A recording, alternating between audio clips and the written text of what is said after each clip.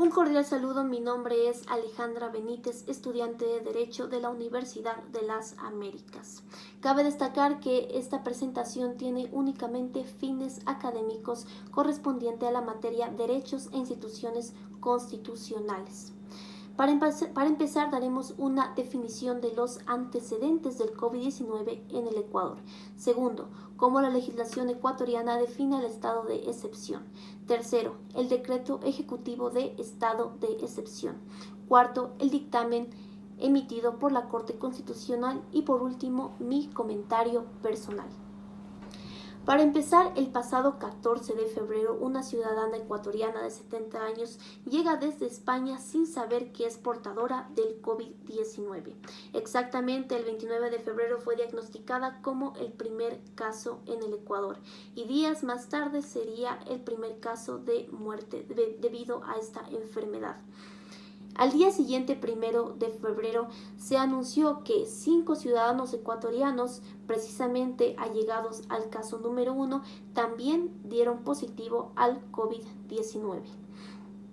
Exactamente el 6 de marzo fue diagnosticado el primer ciudadano extranjero con este virus que se encontraba por razones de turismo en la Amazonía ecuatoriana y que fue inmediatamente hospitalizado en Quito. Estos primeros casos fueron los que pusieron en alerta sanitaria a la población ecuatoriana debido a la alarmante propagación. Es por eso que el presidente Lenín Moreno decretó estado de excepción el pasado lunes 16 de marzo con el fin de evitar esta propagación. También es necesario dar la definición de qué es el estado de excepción. Según la Ley de Seguridad Pública del Estado, según el artículo 28, define que los estados de excepción son la respuesta a graves amenazas de origen natural o antrópico que afectan a la seguridad pública o del Estado. También el artículo 164 de la Constitución, acompañado de la Ley de Seguridad Pública y del Estado, en el artículo 29 y 32, definen que solamente el presidente de la República del Ecuador tiene la competencia para decretar estado de excepción, especialmente en casos de agresión, conflicto armado internacional o interno, grave conmoción interna, desastre natural o, en nuestro caso, debido a esta emergencia sanitaria, calamidad pública. También cabe destacar que la declaración del estado de excepción no interrumpirá las actividades funcionales del Estado y que el estado de excepción observará los principios de necesidad, proporcionalidad, igualdad, temporalidad, territorialidad y razonabilidad. Según el artículo 165 de la Constitución, también define que el presidente tiene la capacidad de limitar y suspender ciertos derechos por un determinado tiempo. Estos son los derechos a la inmovilidad de domicilio, el derecho a la inmovilidad de correspondencia, la libertad de tránsito, la libertad de asociación y reunión y la libertad de información. El presidente que ha decretado el estado de excepción también podrá, número 1, decretar la recaudación anticipada de tributos. 2. Utilizar los fondos públicos destinados a otros fines, a excepción de los de salud y educación. Tercero, podrá trasladar la sede del gobierno a otra parte del Ecuador. Cuarto, podrá disponer también la censura previa a medios de comunicación social que hablen estrictamente del caso de estado de excepción y de la seguridad del Estado. Quinto, establecer como zona de seguridad todo el Ecuador o parte de él. Sexto, disponer de las Fuerzas Armadas y de la Policía Nacional. Séptimo, cerrar o habilitar puertos, aeropuertos y pasos fronterizos. Y octavo, decretar la desmovilización hasta el día en que se restablezca su normalidad. Eso también está en la Ley Orgánica de Seguridad Pública y del Estado, específicamente en el artículo 36. Según la Ley Orgánica de Garantías Jurisdiccionales y Control Constitucional, en cuanto a la remisión del decreto de la Corte Constitucional, artículo 124, vuelvo y repito, el trámite para el control constitucional de los estados de excepción se sujetará en las siguientes reglas. Número 1. El presidente remitirá el decreto de la Corte Constitucional dentro de 48 horas con su firma. 2. De no hacerlo, la Corte Constitucional no concederá dicho oficio. Tercero, en lo no previsto en este capítulo, se seguirán reglas previstas para el procedimiento general. Ahora, hablaremos del decreto presidencial de estado de excepción, es decir, las medidas que adoptó el presidente Lenín Moreno el 12 de marzo para evitar la propagación de contagio y hacer frente a esta gran problemática que hasta hoy en día es una gran situación lamentable en el mundo. Bien. Primero, ordenó declarar estado de emergencia a todos los establecimientos del sistema de salud. Segundo, que disponer los establecimientos de salud pertinentes a la red pública integral de salud y durante la declaratoria que puedan priorizar los recursos económicos. Tercero, convocar a los máximos representantes de la red pública integral y la red privada complementaria a conformar una mesa técnica de respuesta frente al COVID-19, presidida del viceministro de Gobierno y Vigilancia de la Salud. Cuarto, la red pública integral de salud y red privada complementaria tienen la competencia y la obligación de notificar a la Autoridad Sanitaria Nacional sobre pacientes que presenten síntomas de COVID-19 y que deben ser atendidos inmediatamente. Quinto, disponer de las prestaciones de salud que garanticen la atención médica y disponer la eficacia de atención sanitaria. Sexto, la red integral de salud contratará servicios que requieran de manera estricta para superar la situación de emergencia. Séptimo, la autoridad sanitaria informará medidas preventivas que se debe tomar en cuenta para que los ciudadanos extranjeros y nacionales puedan ingresar o salir del país y evitar el contagio del COVID-19.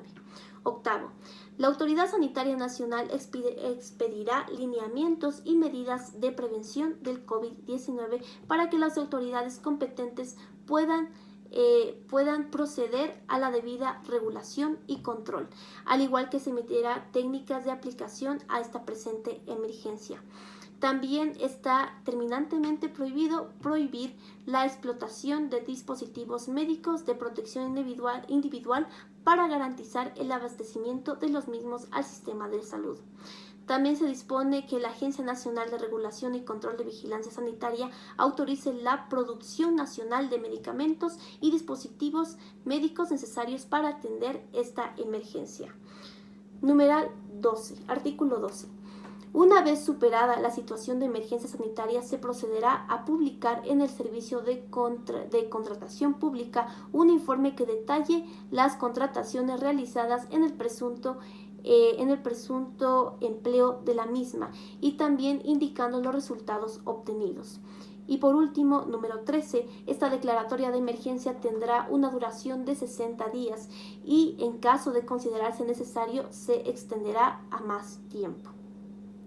Según el dictamen de la Corte Constitucional número 1917 del 16 de marzo del 2020, el Estado debe adoptar medidas necesarias para proteger a las personas en situación de calle o en situación de vulnerabilidad que debido a estas medidas adoptadas con fundamento de estado de excepción haya causado dicho acontecimiento.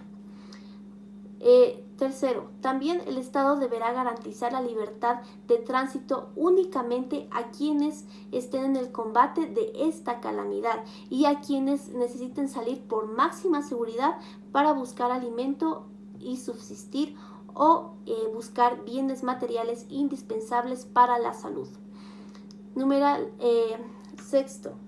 Tercero, los vuelos de cierres de fronteras no son medidas absolutas. ¿Qué quiere decir esto? Que el Estado permitirá circunstancias excepcionales en que en el periodo de emergencia sanitaria se permita ingreso a personas nacionales y extranjeras al país. Número 2.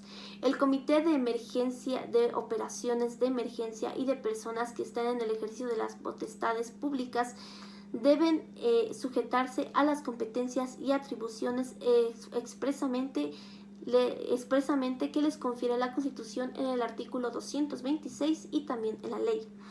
Tercero, la Constitución en el artículo 164 y 165 expone las medidas de suspensión de derechos excepcionales únicamente en que se podrá ordenar mediante el decreto.